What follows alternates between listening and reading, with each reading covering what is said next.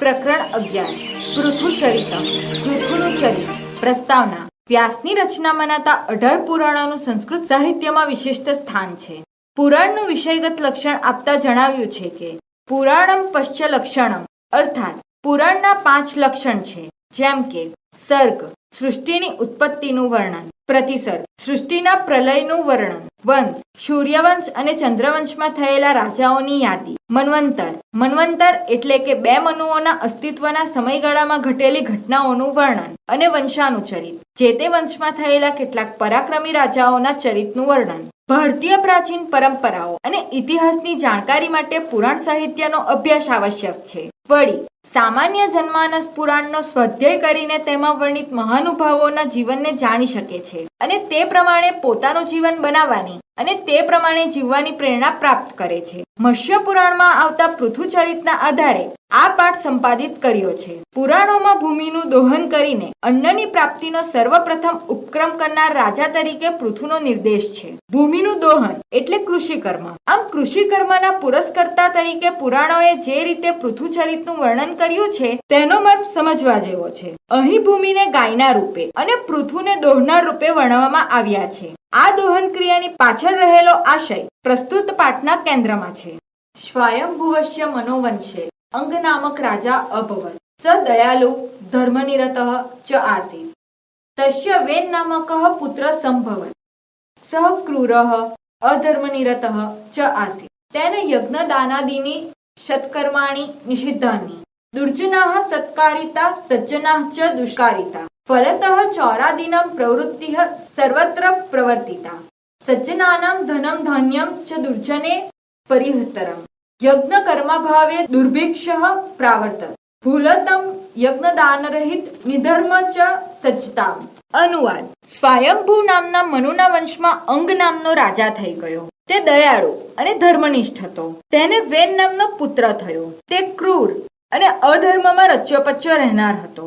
તેણે યજ્ઞ, દાન વગેરે સત્કર્મોનો નિષેધ કરેલો હતો. તેણે દુર્જનોનો સત્કાર કર્યો હતો અને સજ્જનોને અપમાનિત કર્યા હતા. પરિણામે ચોર વગેરેની પ્રવૃત્તિ બધે પ્રવર્તી રહી હતી. અજ્જનોના ધન ધાન્યને દુર્જનોએ ચોરી લીધું હતું. યજ્ઞ કર્મના અભાવે દુષ્કાળ પ્રવર્તતો હતો. ધરતી યજ્ઞ, દાન રહિત અને ધર્મ વિહોણી થઈ ગઈ હતી. અશ્યામ દુર્વસ્થાયામ પ્રજારક્ષણામ ઋષય પ્રવૃત્તા તે વેનો દંડિત મારિતશ્ચ તદનંતરમ ઋષયઃ તસ્ય પૃથુનામક પુત્રમ રાજ્યમાંસે પ્રસ્થાપિવन्तઃ. પૃથુઃ દયાલુઃ ધાર્મિકઃ ચ આસીત. વેનસ્ય શાસને પીડિતાઃ પ્રજા અભિષિતમ તમ ધાર્મિકમ પૃથુમ ઉપતસ્થુ શુદ્ધાતાર્યા પ્રજાયા પરિપાલનાય ધાન્યમપેક્ષિતમાસીત. ભૂતલમ યજ્ઞદાનરહિતમ નિર્ધમ ચ આસીત. તાદૃશમ ભૂલતમ દુષ્ટવા પૃથુતમ દગ્ધુમ અદ્યત અભવત. તત ઇયં ભૂ ગોરૂપમાનસ્યથ પલાયિતુમુદ્યતા. પૃથુઃ તસ્યા પૃષ્ઠતઃ અનુગતઃ. અંતે એક દેશે સ્થિત્વા કિમ કરોમીતિ ભૂમિઃ અબ્રવીત. પૃથુ અપી સ્વાસ્ત્રય્ય ચરસ્ય ચ ઇદિપ્દેહિ ઇતિ तात બ્રમી. ભૂઃ તથાસ્તુ ઇચ્છુત્વા તત્રૈવ સ્થિતા. તામ ગોરૂપમ સ્થિતામ ભૂમિમ પૃથુઃ દુદો. અસ્મિન દોહન કર્મણિ અન્નરૂપમ પ્રભુતમ દુગ્ધમ પ્રાપ્તમ. તેન અત્રેન પૃથુના પ્રજા સંરક્ષિતા અનુરચિતા ચા. અનુવાદ: આ વિષય પરિસ્થિતિમાં ઋષિઓ પ્રજાના રક્ષણ માટે પ્રવૃત્ત થયા. તેમણે વેનને દંડિત કર્યો અને મારી નાખ્યો. ત્યાર પછી ઋષિઓએ તેના પૃથુ નામના પુત્રને રાજગાદી પર બેસાડ્યો. પૃથુ દયાળુ અને ધર્મનિષ્ઠ હતો. વેનના શાસનમાં પીડાયેલા પ્રજાજનો અભિષેક પામેલા તે ધર્મનિષ્ઠ પૃથુની પાસે ઉપસ્થિત થયા. ભૂખથી પીડાયેલી પ્રજાના પૂર્ણપણે પાલન માટે ધન્યની અપેક્ષા કરી. ધરતી યજ્ઞ અને દાનથી રહિત તથા ધર્મ વિહોણી હતી. તેવી ધરતીને જોઈને પૃથુ તેને બાળી નાખવા તૈયાર થયો. પછી આ ધરતી ગાયનું રૂપ લઈને નાસી જવા તત્પર થઈ. પૃથુ તેની પાછળ ગયો. છેવટે એક સ્થાનમાં ઊભી રહીને હું શું કરું એમ ધરતી બોલી. પૃથુએ પણ સ્થાવર, વૃક્ષ વગેરે ને તેમજ રતા, મનુષ્ય વગેરે ઇષ્ટ વસ્તુ આપજે એમ તેને કહ્યું. ધરતી ભલે તેમ થાઓ એમ બોલીને ત્યાં જ ઊભી રહી. પૃથુએ તે ગાય રૂપી ધરતીને દોહી. આ દોહવાના ક્રમમાં અનુરૂપી પુષ્કળ દૂધ પ્રાપ્ત થયું. તે અન્ન વડે પૃથુએ પ્રજાજનોની રક્ષા કરી અને તેમનું મનોરંજન કર્યું.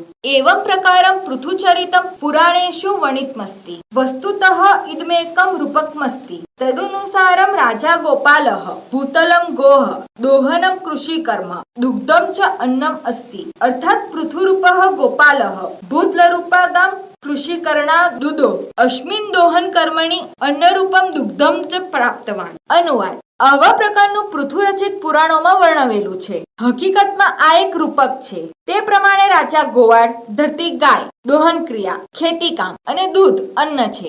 એટલે કે પૃથુરૂપી ગોવાળે ધરતીરૂપી ગાયને ખેતી કામ કરીને દોહી હતી અને આ દોહવાના ક્રમમાં તેને અન્ન રૂપે દૂધની પ્રાપ્તિ થઈ. અસ્ય રૂપક્ષ્યાયમ સંદેશઃ યથા ગોપાલઃ સ્વકીયં ગામ પ્રેરણા પરિપાલયતિ પરિપાલિતામ ચ ગામ અસો પ્રાતઃ સાયં ચેતિ નિયત કાલમ નિયત પરિમાણમ ચ દુગ્ધી તથા રાજા અપી સ્વયં કિયમ ભૂલમ પ્રેમણા પરિપાલયત પરિપાલિતમ ચ ભૂતલમ અશોશરદી વર્ષાયામ ચેતિ નિયત કાલમ નિયતર પરિણામેવ દુહ્યાત. એકમેવ કૃષિકર્મણિ પ્રવૃત્તાઃ પ્રજાઃ અપી ભૂતલમ તથૈવ પરિપાલયેયુઃ પરિપાલિતમ ચ ભૂતલમ નિયત કાલમ નિયપરિમાણમ ચ દુહ્ય ઇતિ યતોહિ. અનુવાદ: આ રૂપકનો આ સંદેશ છે. જેમ ગોવાળ પોતાની ગાયને પ્રેમથી પાળે છે અને પૂર્ણપણે પાડવામાં આવેલી ગાયને તે સવાર સાંજ નિયત કાળે નિયત પ્રમાણમાં દોહે છે, તેમ રાજાએ પણ પોતાની ધરતીને પ્રેમથી પાળવી જોઈએ અને પછી એ રીતે પાળેલી ધરતીને તેણે શરદ ઋતુમાં અને વર્ષા ઋતુમાં નિયત કાળે નિયત પ્રમાણમાં દોહવી જોઈએ. એમ જ ખેતી કામમાં પ્રવૃત્ત પ્રજાજનોએ પણ ધરતીનું તે જ રીતે જ પાલન કરવું જોઈએ.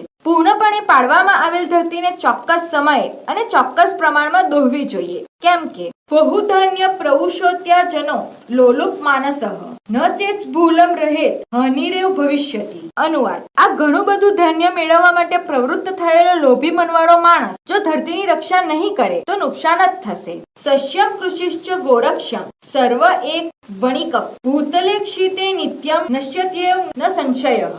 અનુવાદ: ધરતીની રક્ષા ન થતા ધાન્ય, ખેતી અને ગોપાલન એ બધું વેપાર વણજ હંમેશા નાશ પામે છે, એમાં શંકા નથી.